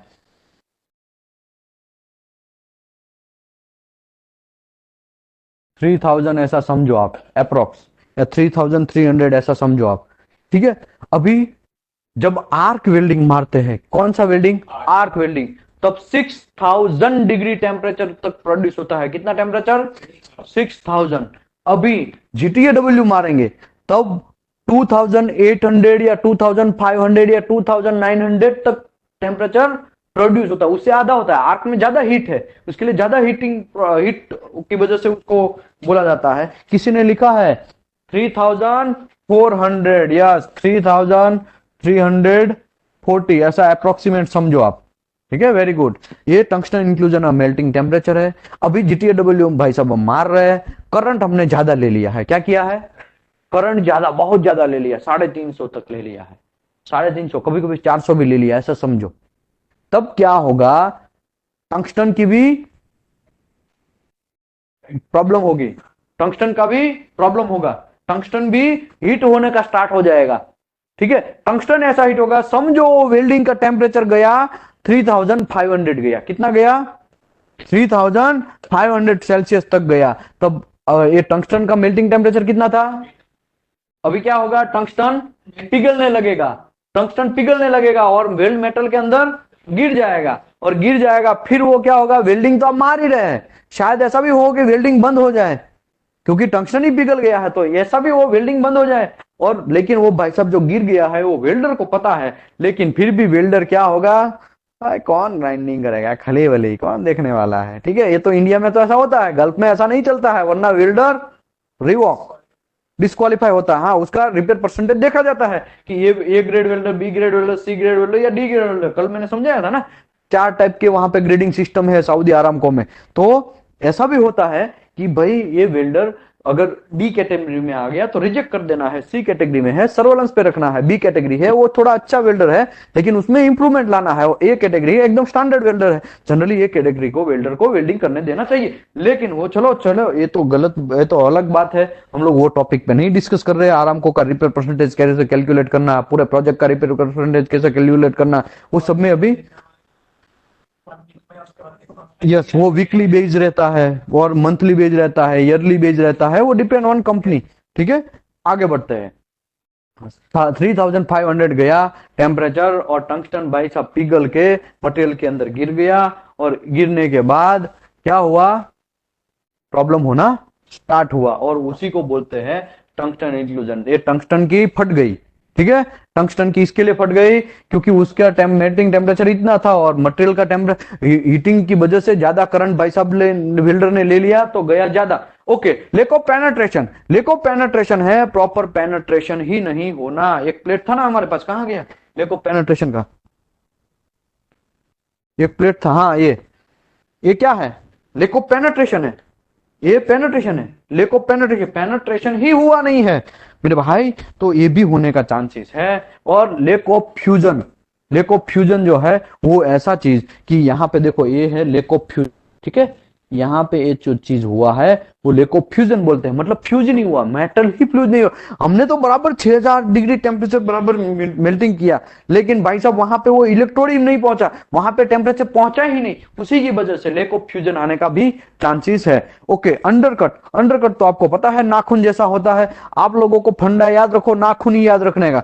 जहां पे भी आपको कंफ्यूजन होगा कि लेक ऑफ फ्यूजन है, लेक ऑफ पेनेट्रेशन है या ये अंडरकट है, तो आपको नाखून जैसा आपका वो रहेगा ना, नाखून उस वहां पे लगाने का, नाखून बराबर बैठ जा रहा है थोड़ा बहुत तो उसको अंडरकट बोल देने का। ठीक है, ये फंडा देखो, ये हमारा फंडा है, सिंपल फंडा है, लेकिन आप लोग शायद यूज करो तो भी ठीक है, नहीं यूज करो लेकिन देख के आप करने का। ठीक है, आगे बढ़ते हैं। वो आता है ट्रांसवर्स क्रैक भी मैंने देखा हुआ है बहुत सारा, कभी कभी ट्रांसवर्स क्रैक जो है वो आने का चांसेस वेल्डिंग के मेटल के अंदर ही है। जब करंट टेम्परेचर में अप एंड डाउन हो जाएगा, टेम्परेचर है वो डिफरेंट पड़ जाएगा, तभी आने का चांस है। लॉन्जिट्यूडनल क्रैक भी आने का चांसेस है। ठीक है, आगे बढ़ते हैं। देखो ये जो है ना, ये क्रैक कौन सा गया अभी? ये क्रैक जनरली ज्यादा आता है, ये बहुत कम आता है, लेकिन इसका मतलब ये नहीं कि नहीं आता है। ट्रांसवर्स क्रैक में आपको ये बोलूं, जब विड्थ ज्यादा है, आपका बीवेल जो है वो बहुत लंबा चौड़ा है, ऐसा बीवेल है समझो, ऐसा लंबा है, उसके अंदर वेल्डिंग मेटल भरना है, आपने ज्यादा वेल्डिंग टेम्परेचर वेल्डिंग मार रहे, लेकिन क्या होगा, आप अब जो वीविंग जो है वो भी बहुत ज्यादा कर रहे हैं, हीट इनपुट बहुत बढ़ गया है। हीट इनपुट बढ़ने का रीजन है करंट आपने बहुत ज्यादा लिया है, ट्रैवल स्पीड बहुत स्लो कर दिया गया है, तब आपको सेंटर लाइन क्रैक आएगा और वो सेंटर लाइन ट्रांसवर्स क्रैक जैसा हो जाएगा, सॉरी ये लॉन्जिट्यूडनल क्रैक जैसा हो जाएगा। और ट्रांसवर्स क्रैक जो है वो आपको टेम्परेचर सडन डिफेंड मतलब टेम्परेचर है सडनली डिफरेंट पड़ जाएगा, तभी भी आने का चांसेस है। इसके तो बहुत सारे रीजन है, एक रीजन हम लोग नहीं बोल सकते हैं। आगे बढ़ते हैं, welding discontinuity. Welding discontinuity, following type of process discontinuity classified as the geometric imperfection in case of the fusion welding divided into 6 groups. देखो 6 ग्रुप में डिवाइड किया गया है वेल्डिंग डिसकंटिन्यूटी को। पहला है क्रैक, क्रैक भी बहुत सारे टाइप्स के हैं।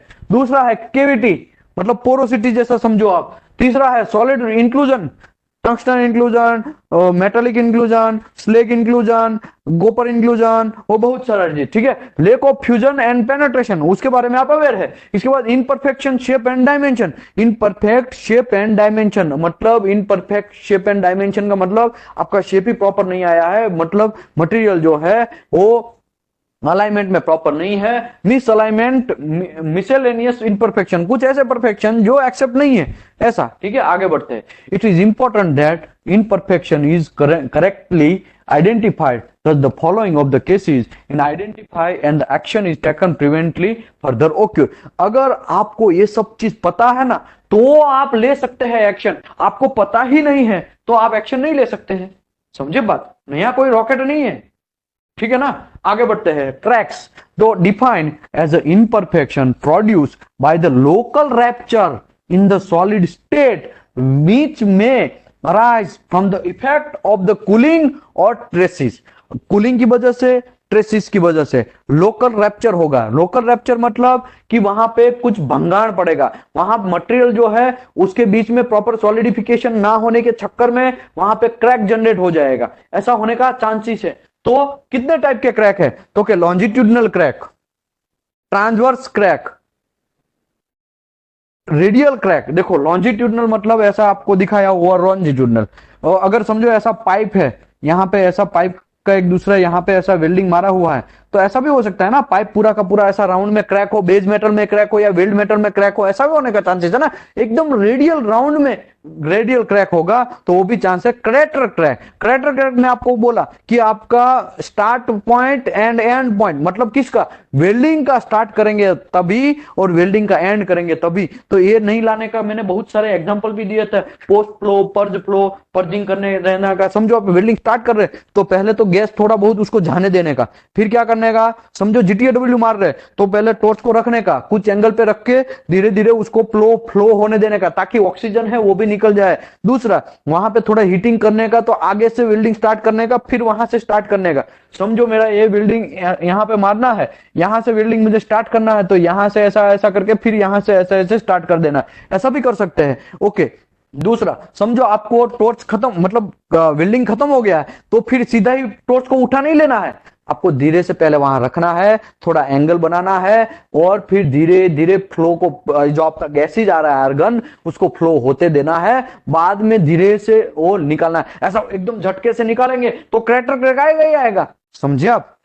ये आपको प्रैक्टिकली समझना पड़ेगा। अगर ये आपको समझना है तो सॉरी मैं स्विफ्ट चैप्टर नंबर 3 पार्ट 1 में मैंने समझाया है ये बात, चैप्टर नंबर 3 पार्ट 1, ठीक है। स्विफ्ट 3.1 का यूट्यूब में है, देख लो तो आपको आइडिया आ जाएगा। ब्रांच क्रैक, ब्रांच क्रैक भी आने का चांसेस है, ब्रांच क्रैक भी आने का चांसेस, एक साथ में बहुत सारा मकड़ी के जाला जैसा बहुत सारे क्रैक आने का चांसेस है ना ऐसा। तो ये जो हमारा कहां गया वो ब्रांच क्रैक वाला, इसको भी ब्रांच क्रैक बोलेंगे। मैंने आप इसमें एमटी और पीटी ये सब चीज करवा के दिया ना, ये बहुत सारे ब्रांचेस इसमें निकल रही है, ब्रांच क्रैक है, ठीक है। टेबल का वेट ज्यादा हो गया, सभी इंस्ट्रूमेंट रखते रखते हैं। आगे बढ़ते हैं, okay. Grinding cracks are process type of discontinuity caused by the traces were built up from the excess heat created between the grinding wheel and metal। अभी देखो यहाँ पे है ना, जनरली ये हमारा टेस्ट पीस है, ठीक है, इसमें हम दबा के ग्राइंडिंग कर रहा हूं, दबा के, तो क्या होगा, ग्राइंडिंग व्हील का एक हीट और ये देखो, दो चीज एक दूसरे से घिसेंगे तो वहां पे हीट प्रोड्यूस होगा ना, वो हीट की वजह से ये मटेरियल के अंदर क्रैक आने का चांसेस है, उसको बोलते हैं grinding crack. Grinding crack will usually occur at a right angle of the rotational of the grinding wheel. Right angle के साथ, मतलब समझो ऐसा ऐसा जनरेट होगा ग्राइंडिंग क्रैक। ठीक है, आगे बढ़ते हैं। A heat treatment crack are oftenly caused by the stress built up during the heating and cooling। देखो हीट ट्रीटमेंट जो क्रैक आएगा वो हीटिंग एंड कूलिंग सडनली, जो मैंने आपको एक एल्यूमिनियम ब्लॉक का समझाया था, याद है? वो मटेरियल को 510 डिग्री से 524 डिग्री तक हीटिंग करना है, फिर सडनली उसको पानी के अंदर डुबो देना है तो उसमें क्रैक बढ़ जाएगा, याद है? तो ऐसा क्या हुआ भाई, जब मैं 400 से 500 या 300 डिग्री तक गर्म करता हूं एल्यूमिनियम ब्लॉक को, सडनली पानी के अंदर डालता हूं तो उसमें क्रैक आ जाता है। वो one of the heat treatment process है ना, उसमें क्रैक आया। तो ऐसा भी चांसेस है ना, तो क्या चांसेस है? हीटिंग एंड कूलिंग दोनों में सडनली डिफरेंट पड़ जाएगा। समझो मेरा 5000 डिग्री टेम्परेचर है, उसको सडनली मैं 50 डिग्री टेम्परेचर में लेके आऊं तो मटेरियल वो बिहेव नहीं कर पाएगा, वो टेम्परेचर का सडन फॉल होना, समझे आप? उसी टाइम पे क्रैक आने का चांसेस है। तो वो हम क्या कर रहे थे, हीट ट्रीटमेंट कर रहे थे और आ गया हीटिंग एंड कूलिंग का डिफरेंट की वजह से क्रैक आने का चांसेस। इसके लिए तो लोग बोलते हैं कि भाई आपको हीटिंग एंड कूलिंग कुछ टेम्परेचर के बाद रिस्ट्रिक्शन हो जाता है, याद है ना? उसका रीजन भी ये है, एक रीजन नहीं है, उसके बहुत सारे रीजन है, लेकिन उसमें से एक reason, unique cooling between the light and heavy section में cause the heat treatment crack. अभी समझो एक ही प्लेट है, ये मेरा एक प्लेट है, ठीक है, इसका थिकनेस अलग है, यहाँ पे आगे का थिकनेस अलग है, दिख रहा है आपको? ये दिख रहा है ना? देखो यहाँ का थिकनेस ज्यादा है, यहाँ से वो डिक्रीज होने लगा है। अभी इसको मैं फुल गर्म करता हूं, एकदम हीट ट्रीटमेंट करने के लिए 700 डिग्री सेल्सियस तक गर्म करता हूं, फिर सडनली मैं टेम्परेचर फॉल करता हूं तो ये इसमें ज्यादा प्रॉब्लम आएगा। ये शायद जल्दी से ठंडा हो जाए, एक कम जो एरिया गेन कर रहा है वो जल्दी ठंडा हो जाए, लेकिन ये बड़ा एरिया जो है वो क्या होगा, धीरे धीरे इसमें शायद क्रैक भी आ जाए, समझे आप? तो ऐसा है नया है? पतला वाला का टेम्परेचर सडनली फॉल होने का चांसेस है, सडनली फॉल हो जाएगा, उसको प्रॉब्लम नहीं आएगा क्योंकि उसका एरिया कम है, इसको टेम्परेचर फॉल होने में टाइम लग जाएगा। और ऐसा भी जरूरी नहीं कि इसमें ना आए, इसमें आए, इसमें भी आने का चांसेस है, ऐसा है। नहीं नहीं, हार्डनेस बढ़ाने के लिए नहीं, हार्डनेस तो हमको कंट्रोल करना है, ठीक है? हार्डनेस जो है वो one of the mechanical property है, उसको हम लोगों को कुछ भी हो जाए कंट्रोल करना चाहिए। कुछ एरिया ऐसा है, जैसे कि मैं गटर का ढक्कन बोलता हूं, गटर का ढक्कन है, वो आप कितना भी उसके ऊपर ट्रक चल जाए फिर भी वो टूटता नहीं है, ऐसा क्या होता है? बहुत हार्ड है वो। इसका मतलब कुछ कुछ जगह पे रिक्वायरमेंट के हिसाब से काम करना है आपको। क्विंच करेंगे तो भी मटेरियल हार्ड हो जाएगा, ऐसा भी होने का चांसेस है, हार्डनेस बढ़ जाएगा, ऐसा भी होने का चांसेस है, ठीक है? Heat treated crack have a specific direction, इसका फिक्स डायरेक्शन होगा, usually start sharp corner with at the trace concentrator point and trace हो गया, ठीक है? आगे बढ़ते हैं, फोर्जिंग डिसकंटिन्यूटी। अभी देखो मैं इसका फोर्जिंग कर रहा हूं, ये ऐसा एक बीबा है, इसके अंदर रख के कुछ ऐसा मैं मार्केटिंग कर रहा हूं, मतलब काम कर रहा हूं, तो यहां पे ऐसा निकल गया, देखा? तो ऐसा क्यों हुआ? क्योंकि यहां पे इसका सेटअप ही प्रॉपर नहीं था, देखा? फिर वो सेटअप जैसे ही ये ऊपर का खुलेगा नीचे का खुलेगा, फिर हम लोगों को ये सब चीज मिलेगा, फिर उसको उसको बोलते हैं फोर्जिंग लैब। इसको फिर हमको ग्राइंडिंग करके या मर्ज करके या वेल्डिंग भर के उसको क्लोज करना पड़ेगा, राइट? तो ऐसा है, फोर्जिंग में जनरली ऊपर से पीछा जाता है, ठीक है? आगे बढ़ते हैं, फोर्जिंग ब्रस्ट। फोर्जिंग ब्रस्ट देखो यहाँ पे ऐसा है, ठीक है? इंटरनल ब्रस्ट इन सब सरफेस, यहाँ पे एक्सटर्नल ब्रस्ट इन और क्रैक। देखो ये इंटरनल है, ये एक्सटर्नल है। इंटरनल में मतलब बीच में ही कुछ ऐसा ब्रश होगा, बीच में ही ऐसा कुछ क्रैक जैसा सिस्टम होगा, वो है उसमें। वो फिर ऊपर से हम मारेंगे फोर्जिंग में तो वो धीरे धीरे बढ़ता जाएगा। और यहाँ पे भी ऐसा है एक्सटर्नल ब्रश, मतलब ये हमारा कहाँ गया, एक है ना मेरे पास बोल्ट, नट बोल्ट, एक मिनट में आपको वो दिखाता हूं, देखो ऐसा चांस है ना, ये थ्रेड वाला सेम टू सेम यही यही मैं दिखा रहा हूं आपको, ठीक है? ये है ना, देखो इसमें क्या है, ये इंटरनल है, हमको पता नहीं चलेगा, तो ये सब चीज है, ऐसा भी होने का चांसेस है, ठीक है? आगे बढ़ते हैं, सर्विस डिसकंटिन्यूटी। अभी देखो हमने कितना डिसकंटिन्यूटी समझा, पहला इनहरेंट डिसकंटिन्यूटी, जो उसके बाद प्रोसेस डिसकंटिन्यूटी। तो अब तीसरा एक लास्ट बच गया और एक ही पेज है, इसके बाद हम चैप्टर को क्लोज करते हैं, क्वेश्चन आंसर के लिए ओपन करते हैं। ओके, अभी ये सर्विस डिसकंटिन्यूटी मेरे भाई क्या है? बहुत सारे लोगों को जो एपीआई 510 करते हैं, एपीआई 570 करते हैं, वो लोगों का काम क्या है? यही तो फाइंड करना है। शटडाउन में लोग जाते हैं तो क्या करते हैं? यही तो फाइंड करते हैं कि भाई क्या हो गया। स्टेनलेस स्टील में मैंने खुद देखा हुआ है, जब मैं शटडाउन गया था यहाँ रिलायंस में, तब मैंने देखा वहां पे बहुत सारे स्टेनलेस स्टील में क्रैक आया। उसका जब रीजन पता गया तो वेल्ड डीके हुआ। उसका वेल्ड डीके पता चला कि उसके ऊपर कार्बन स्टील का ही प्लेट ऐसे ही वेल्डिंग कर दिया होगा। वहां पे पूरा ऑयल एंड डस्ट वहां पे एसएस के ऊपर गिरता रहेगा, तो टाइम जाते जाते धीरे धीरे धीरे धीरे उसमें वेल्ड डीके होना स्टार्ट हो जाएगा। वेल्ड डीके का मतलब क्या है? क्रोम जो हमारा स्टेनलेस स्टील में क्या होता है? क्रोम ज्यादा होता है, 90% क्रोम या 18% या 15% क्रोम होता है। वो क्रोम है, वो निकल जाएगा। क्रोम है कार्बन, क्रोमियम कार्बाइड या क्रोमियम ऑक्साइड या तो क्रोमियम सल्फाइड, वो सब चीज बना लेगा। क्रोम वहां से निकल जाएगा। मेटल के अंदर क्रोम निकल गया तो मेटल का क्रोम का काम क्या था? कोरोजन को रजिस्ट करना, कोरोजन को रजिस्ट करना, कोरोजन को नहीं आने देना। लेकिन एक क्रोम निकल गया तो अभी क्या होगा? कोरोजन भाई साहब एंट्री कर लेंगे मटेरियल के अंदर। हमारा चमड़ी है, चमड़ी, वो हमारा चमड़ी निकल जाएगा तो क्या होगा? बाहर का जो वायरस है, बाहर का बैक्टीरिया है, वो सब चीज हमारे बॉडी के ऊपर आएंगे, हम जल्दी से हम लोगों को प्रॉब्लम करना स्टार्ट हो जाएगा। तो ये हमारा बॉडी का ऊपर का चमड़ी है ना, वो क्रोमियम का काम करता है। ऐसा आप मटेरियल के अंदर होता है, ऐसा आप टेम्पररी समझना है तो समझ लो, ठीक है। आगे बढ़ते हैं। Service discontinuity. Service discontinuity are also important type of consideration and article which may develop the defect, metal fatigues and considered as a extremely critical and damaged. Close attention. Fatigue crack. देखो अभी मैं आपको simple बता देता हूं, material के अंदर corrosion होगा, मटेरियल के अंदर फटीग होगा, मटेरियल के अंदर इरोजन होगा, तो ये सब चीज सर्विस डिसकंटिन्यूटी में आता है। जब मटेरियल हमारा सर्विस कंडीशन में, रनिंग प्लांट में है, तब तो लोग एपीआई 570 करके, इसके लिए तो उसको पहले जॉब मिलने का चांसेस है। क्यों? क्योंकि वो डैमेज मैकेनिज्म पड़ा हुआ है, 571 किया हुआ है, 570 किया हुआ है, वो सब चीज में ये सब पूरा का पूरा डिटेल में आता है। मैं आपको एक टॉपिक दिखा दूं और सर्विस डिसकंटिन्यूटी समझा दूं, ऐसा नहीं है। इसका बहुत बहुत बड़ा चैप्टर है, बहुत बड़ा एग्जाम है इसका, समझे आप। तो यहां पे ये समझो कि सर्विस के अंदर जो भी डिसकंटिन्यूटी आता है उसको सर्विस डिसकंटिन्यूटी बोला जाता है, या तो ट्रेस कॉन्सेंट्रेट पॉइंट्स, वहां पे भी start from the trace fatigue crack are possible after the part is placed into the service. जब सर्विस में जाता है तब मटेरियल के अंदर यहां पे देखो प्रॉब्लम होना स्टार्ट हो गया, ठीक है। फटीग लगा मतलब लोड लगना। जब मैं आपको बोलूं कि यहाँ पे आपका ये हाथ है, यहाँ पे मैं उसको ऐसे ऐसे दबाते रहूं, दबाते रहूं, दबाते रहूं, और मैं 20 साल तक ऐसे ऐसे करते रहूं, तो क्या होगा? वो प्रॉब्लम होगा ना।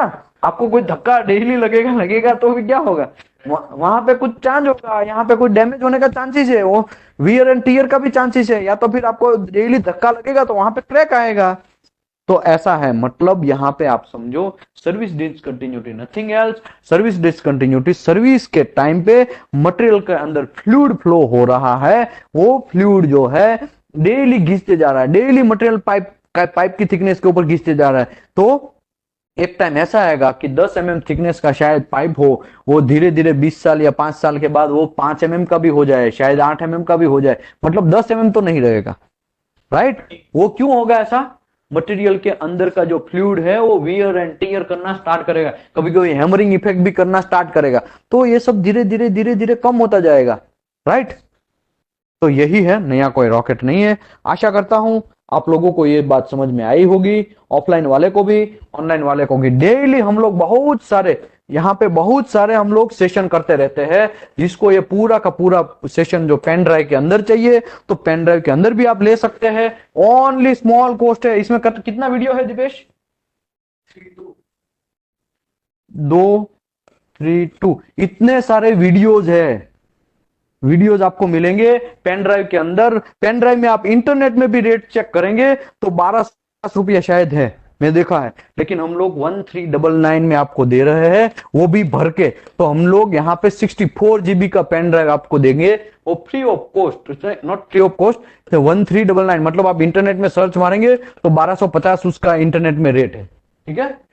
तो हम लोग उसको भर के 1399 में आपके घर पे पहुंचा देंगे, कोई एक्स्ट्रा चार्ज नहीं। उसमें पूरा का पूरा वीडियो कैरियर गाइड के हिसाब से डालेंगे, बहुत सारे कोड भी रहेगा इसमें, बहुत सारे प्रैक्टिकल एक्सपीरियंस जो है वो वहां पे डाला हुआ होगा। एक वन ऑफ द आपका कैरियर बूस्ट है, ठीक है। तो थैंक यू वेरी मच। मैं आशा करता हूं आप सब लोगों को ये सब चीज समझ में आया होगा, और इसको, ये वीडियो को मैं यूट्यूब में डाल देगा ताकि आप लोगों को ज्यादा से ज्यादा